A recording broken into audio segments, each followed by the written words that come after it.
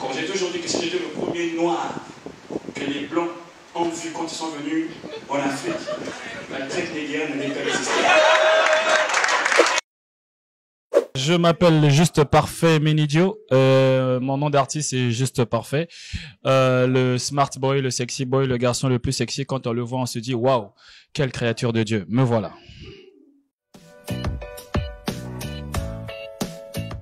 Un vrai rêve d'enfant devenu réalité. Vraiment, c'est comme je dis, je fais partie de ces enfants parce que je suis pas si âgé que ça, qui vivent vraiment un rêve éveillé parce que bah voilà, je suis ce que j'ai voulu être quand j'étais plus jeune et je profite au maximum. Bah déjà, ça c'est le vrai déclic qui est arrivé à l'université parce qu'à l'université, j'étais reconnu comme étant le plus grand moqueur de toute la fac. Et je faisais beaucoup de maîtres de cérémonie parce que, bon, j'allais dire à l'époque, j'étais bilingue, mais je suis toujours bilingue. Donc, du coup, je pouvais faire des maîtres de cérémonie en français, en anglais, mais c'était très sec, en fait.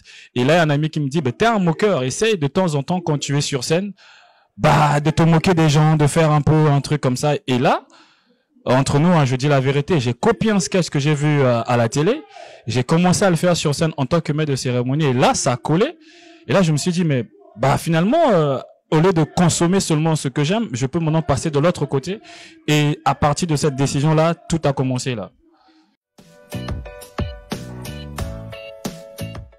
C'est le fait que le Congo soit assez difficile, mais bien, parce que bah ça forme des vrais artistes. Parce que j'ai toujours dit les meilleurs entrepreneurs du Congo sont les artistes, parce que du coup ils doivent se vendre, ils doivent créer, ils doivent tout faire comme un vrai chef d'entreprise. Donc du coup, la réalité locale m'a permis d'être plus fort et aujourd'hui d'être encore celui que je suis, parce que je pense encore ne même pas être à la moitié de mon niveau en fait. La Côte d'Ivoire. La Côte d'Ivoire, c'est le pays où je fais mon premier voyage professionnel en 2016 en tant qu'artiste en off au Massa, alors que au Congo, j'avais officiellement participé à aucun festival. Donc mon premier festival international est vraiment hors de mon pays. Et là-bas, j'ai fait la connaissance des gens aujourd'hui qui m'ont aidé à avoir mes premiers pas beaucoup plus à l'international, parce que localement aussi, j'en ai eu d'autres qui m'ont aidé. Ouais, beaucoup de projets déjà.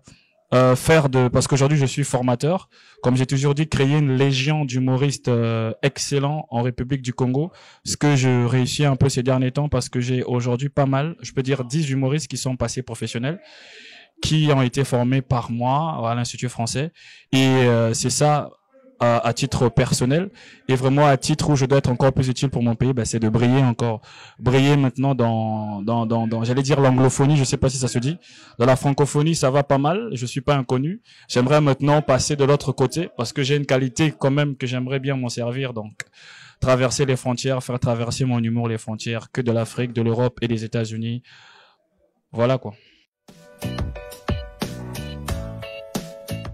Déjà, la réponse, vous le devinez, c'est oui, je les encouragerai.